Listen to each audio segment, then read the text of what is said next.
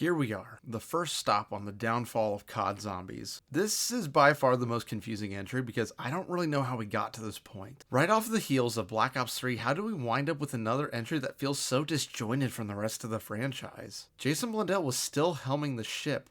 How did this happen following the main content season of BO4, as well as the viral release of Zombies Chronicles in the postseason? I may never understand, but that's for another video. Let's get into the game with 2 storylines, too many maps to count, and infinitely more questionable decisions. Voyage of Despair. Set aboard the RMS Titanic, this map is a difficult one to get into, or enjoy, or talk about in a remotely positive way. To be honest, I was so excited when they first debuted the trailer for this map. The idea of fighting zombies on this iconic, ill-fated vessel was an immediate mind flood of possibilities for how the map could play and what the Easter egg could even be. And let's just say it didn't take advantage of any of the aspects in any capacity. It genuinely is one of the most painful maps to play in Zombies history.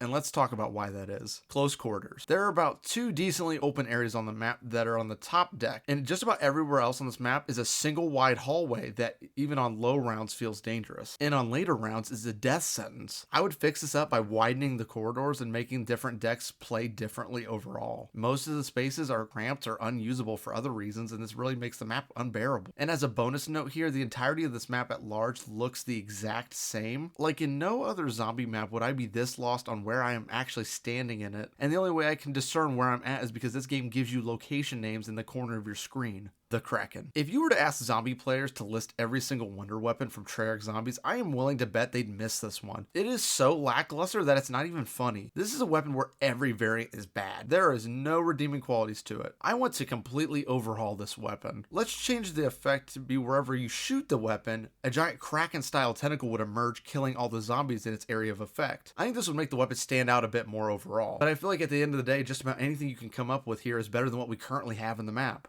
Boss zombies.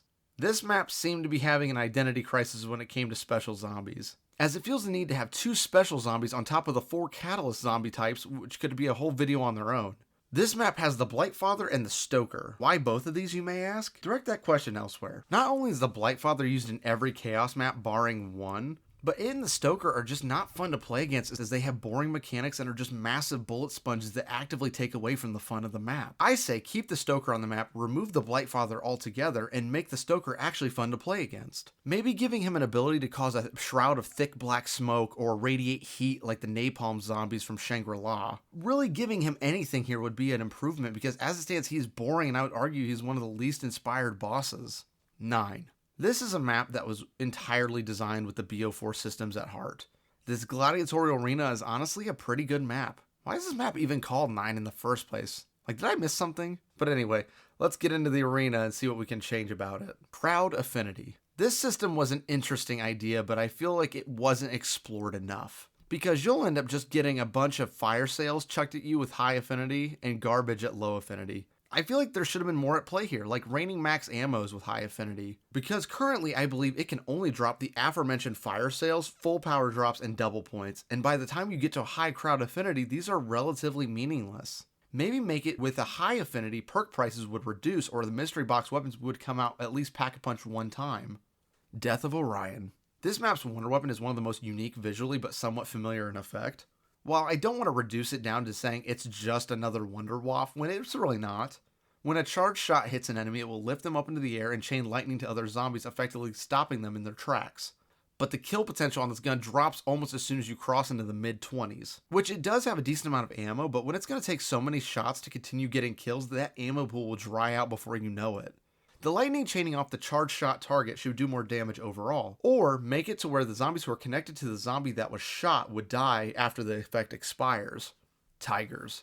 This is a fairly small gripe, as I feel it is relatively easy enough to avoid getting hit by a tiger in the first place, but these guys hit like a truck. They do more damage than most enemies in the game overall. They will pounce at you from the other side of the arena and slam you into the sand faster than you could say Treyarch. I feel we should tone down the damage as there's already Blightfathers, Brawlers, and axe-throwing gladiators on this map. These don't need to serve as a major punishing force. Once again, too many special enemies that wind up doing a bit too much when they're all thrown in a pot together. Blood of the Dead. This map is by far the sharpest gut stab this game had. Based off factors such as Mob of the Dead not being featured in Chronicles, as well as Jason Blundell's comments that this map was a huge project for them. To them, it needed to be reimagined instead of just updating the graphics and maybe adding a few side Easter eggs to do. Blood of the Dead suffers from the largest identity crisis in zombies history, torn between being its own thing and trying to keep Mob of the Dead intact, and it manages to do neither. It's closer to being its own thing just because how much worse it is than Mob of the Dead, when the truth of the matter is that Black Ops 4 was too different to receive remakes of maps at all. Like, some maps in this game translate better than others, but none of them stand out as major improvements to the original versions. Blood is outright offensive to Blundell's original vision, as well as the community that treasured it so much, that treasured the maps so much. The new areas. Blood features new areas for players to access, such as the Warden's house and the entire new industry side of the island, which serves as the new spawn room of the map. Now, I actually do kind of like the Warden's house for the most part. The expansion actually feels like a pretty good change compared to the dead end of the Warden's office in the original. But this entire area, the spawn, the new power building, the new industries area, the catwalk, are all abandoned for the rest of the match as soon as you interact with them once. It'd make much more sense to either not add as many new areas to the map or do some thorough restructuring to make them matter more. Like, adding the spawn room in a lower area of the existing prison layout and adding the Warden's house would have made for fine changes. Random changes to existing Easter eggs. This is something that really bothers me about this reimagining. Many of the side Easter eggs on this map have had their steps slightly changed to the point where I have to wonder why bother. Like, I'm all for adding new Easter eggs, but changing the ones veteran players would remember coming to this experience is a bad idea. At least for me, keeping the old Easter eggs intact should have been a must for the project. Otherwise, why bring them back in the first place? Like, picture a reimagining of Origins where all the staff parts are in the exact same place as the current version, but the upgrade steps were different from the original. Seems a bit odd, doesn't it? At the heart of the matter, these Easter eggs should have remained untouched or not translated over to the new version. The shield. Can't make one of these videos without talking zombie shields, can we? For this outing, the iconic Afterlife mode isn't present in the same fashion as the original. Instead of using power boxes to enter this ghostly plane of existence, the shield functions as a viewfinder into it, which to me doesn't work as well. It doesn't flow with the map like Afterlife mode did in the original. Personally, I would have just had the crew utilize Afterlife in the traditional sense, or abandon this mechanic altogether. After all, they wanted to reimagine so many things but chose to stick to the overall ideas at play in the original while making them far more clunky. Classified. A remake of Black Ops 1's 5 made its way into the game as a bonus map for pass holders. And I guess largely speaking, this is one of the better remakes that we got. Following Dempsey overloading the teleporter, the Ultimates crew finds themselves in the Pentagon building. But this map isn't without problems. While in some elements of gameplay I feel that Classified beats out the original version, in others it falls short. Let's talk about it. Winter's Howl. I feel like I don't have to say too much here. We've already established that the Winter's Howl is just actual garbage. And to be fair, this time around they did make it slightly better, but it's still bad. But the other difference here besides the buff is that Classified adds a quest to obtain this weapon, which is a pretty cool idea that adds a little bit more to the map by completing the quest and getting a little reward. But it just isn't good enough to justify doing this quest more than once. This is a simple fix of upping the damage and the ammo, making it more fun overall. The War Room. In the original version, this room served as the home of the Pack-a-Punch machine, and while I think moving the machine to Area 51 is a really cool idea, it just makes this room obsolete once the teleporter part is collected. I think a quick fix would be, instead of having the perk in front of the door where Juggernaut used to be, move it inside. This would give an incentive to return back to this room once that part has been grabbed. Easter egg. This is the first time an Easter egg is making the cut. Originally telling myself that I wasn't going to complain about Easter eggs in these maps, but technically this map doesn't have a real one, so I feel like I can bring it up here. For those of you who are unaware, you can achieve a cutscene other than the intro by achieving round 150. No steps, no story, just getting to a really high round. One which most players will have never and will never see. First of all, if you were going to set a high round goal for the players, why wouldn't you have picked 115, as in Element 115? Arguably the biggest driving force of the entire Ether storyline. Even then it would have been unobtainable for most, but at least it would have made more sense. This is besides the fact that at launch it was impossible to hit this round before the game would crash. But this is a really long-winded intro into the fact that just adding a main Easter egg to this map would elevate it to such a cool level. Have us fight some version of the Pentagon Thief or some weird apothecon that the US had at the Groom Lake facility. I just think that this would have made the map stand out amongst the rest of the maps in BO4 a little bit better. Dead of the Night. I know that this map has a bit of a passionate cult following, and let me just say, I respect you. Everyone's allowed to like what they want. Personally, I don't really see the appeal. There are so many things where if you don't know about some fairly or very hidden side Easter egg, this map becomes unbearable due to the varieties of enemies that are hard to kill by traditional means. I mean, this map didn't even get any marketing, they just sort of dropped it. So if that's all the love Treyarch is going to give it, that's all I'll give it to. Cast. This map by far has the weakest cast out of every single celebrity map in Zombies history. I mean, at a glance, I didn't even recognize who two of them were, but that's fine. I'm sure they could still be fun characters without me recognizing them outside of the game.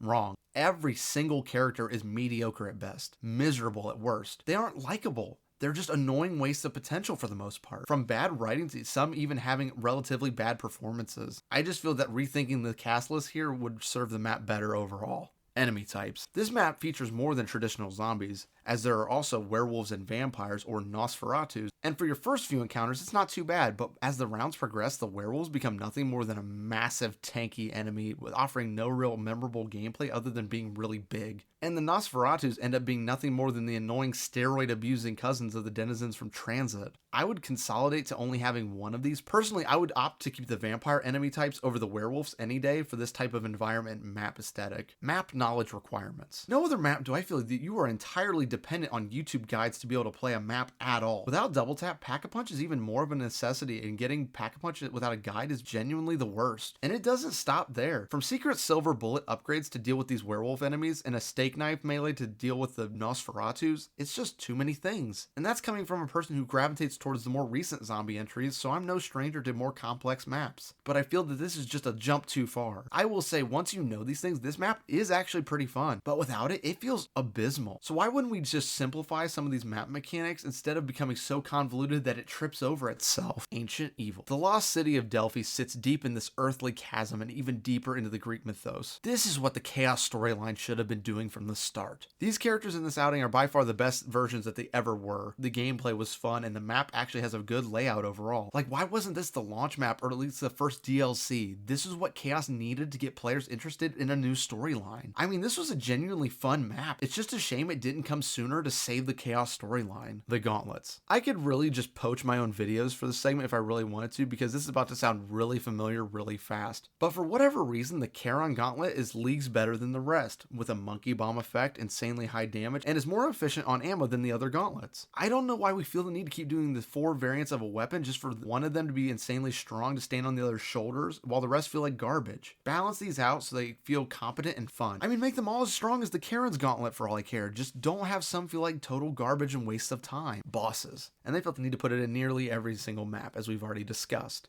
This weird mimic Margwa hybrid ruins everything, especially when this map already has a pretty cool boss zombie, Legiganes, which I don't really have too much to complain about. He's pretty unique, fits the setting perfectly, and is overall memorable. Then they have the Blightfather that just goes leaving its vomit everywhere and takes a million bullets to put down. Quick and easy, remove the Blightfather and keep the Giganes largely the same. My only minor complaint about him is the visual daze effect that comes from his shield attack. If that could be reduced or removed, it'd be perfectly fine. Skeletons. This is a weird one for me, as in literally just about every other instance of having armored zombies, I'm not a fan. But I actually think this balances pretty well with the map, and I think they're pretty fun to go against. I just wish we'd see more of them. They feel kind of rare when doing normal play. Make them spawn a little bit more, and honestly, maybe let them have a little bit more range with them carrying spears after all. It feels like they have to get fairly close to get a crack at you, and I think this would just really complement the overall feeling of the map a little bit better. Alpha Omega. Here lies the hopes of this game being saved. This map that was a repurposing of Nuketown for the 6th time or so, the 2nd time for zombies. What an abysmal time this was. From a genuinely uninteresting main quest to boring mechanics, this was the most nothing map ever. Whereas Blood had high hopes going into its release, I don't think anyone expected anything out of this map, and it delivered exactly that. The only thing that could have saved this map for me was the Easter egg and story, and this map didn't deliver on those aspects. The premise of having a mixed bag of Ultimus and Primus versions of the cast in one map sounded awesome. The amount of great interactions that could have progressed relationships between the crews, as well as furthered the plot along, but looking back, I can't really think of any super interesting interactions that happened. But this is a whole other tirade, maybe for another video. But with that being said, let's get into Nuketown 2. Ray Gun Mark 2.5. I don't even want to call these ray guns. For whatever reason, Treyarch couldn't come up with a better idea than variations on the Ray Gun Mark II. They aren't memorable, have largely unfun upgrade quests, and I just can't stress enough how boring these are. Even the Akimbo ray guns fail to be interesting enough to make me want to do the upgrade for it. Personally, if I was going to do a ray gun weapon for the map, I would do a completely unique variant. Say a ray shotgun or something of that nature, something that stands out and could either be obtained from the mystery box or from the quest that currently exists to get the Mark II. Quick, easy, lethal. These quests serve as nothing more than padding to make a map seem more full than it actually is. Pack-a-Punch. This is one of the more boring pack-a-punch processes in a given map, especially in comparison to a map like 9, which I would argue has one of the best pack-a-punch processes in Zombies history. This map's Pack-a-Punch doesn't flow with the map and just involves holding the interact button for the total of a minute and doing a 1-minute lockdown, which isn't fun either. It's just mind-numbing. The whole process doesn't lead itself into any fun or inspired moments. Not to mention the camo for this map's upgrade is awful. It's this ugly green gas effect. I'd rather be the process for opening Pack-a-Punch something like finding a code that changes every game found right next to the Pack-a-Punch machine that would then be entered into Rushmore and unlock it that way. I know this isn't much more of an interactive component, but when you're working with this map, it feels kind of hard to be that creative with what you have. And as a final note, make the camo something cool, like the weaponized 115 camo or something super blue and electric to keep in theme with the Avogadro being on the map. Nova variants. You know, I don't really mind Novas that much. They are hardly ever on maps anymore and overall don't pose a major threat to gameplay. But this map's enhanced Novas are a bit much for me. The bomber strengthens nearby enemies' speed, and then there's the jolting jacks who can teleport, and they shoot electricity at you with a quick beam attack that they most commonly use from rooftops. So while you're trying to avoid getting overrun in the cul-de-sac by regular zombies, these guys will sit back just trying to annoy you into turning the map off. And in that way, it's the strongest attack out of any enemy in BO4. They just don't fit in. And like the only one that I can think of as being tied into the map would be the jolting jack, as with their ability to teleport may be how the Broken Arrow facility was able to develop the telepad. But that doesn't justify their other modes of attack, which become increasingly frustrating in the later rounds. And for the lack of a proper boss zombie on this map, I would happily trade these Novas in for it. I'd be much happier seeing an occasional, heftier, more lethal zombie than these guys becoming near constants as rounds progress. Tog der Toten, the finale of the Ether storyline, or at least that's what they told us at the time. When the last map's outro cutscene just hyped up the Great War as the next thing, it was the one map that every player wanted. Instead, we got a remake of Call of the Dead, where throughout the Easter egg we hear glimpses of what the actual characters are doing to fight back against the Apothicons. That's right, I said real characters. Then who are we playing as, you might ask? Victus. If that word has no meaning to you, let me state that that is the term given to the transit crew of Marlton, Misty, Stuhlinger, and Russman. Not a moment too soon, let's close out Black Ops 4 with our final changes. Wonder weapons.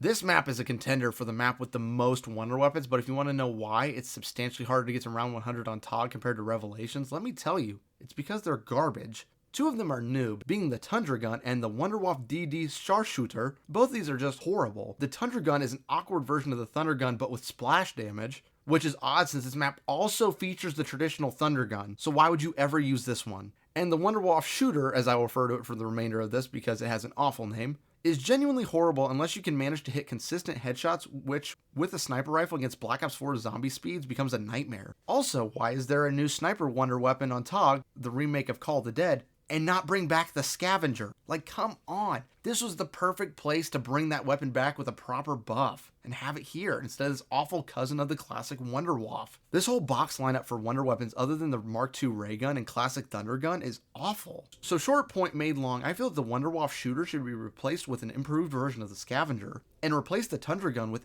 anything else. Say the normal Wunderwaffe for all I care. I mean anything over the Tundra Gun. The characters. I'll admit, I never gravitated towards the Victus crew, even by the end of their run in Black Ops 2. I mean, they had potential with stuff like us getting snippets of Stuhlinger and the Flesh Society, and Russman's backstory of working at Broken Arrow, which at the time was mysterious and could have been really cool. Then we saw what Broken Arrow was up close, and it never really connected to that. But I digress.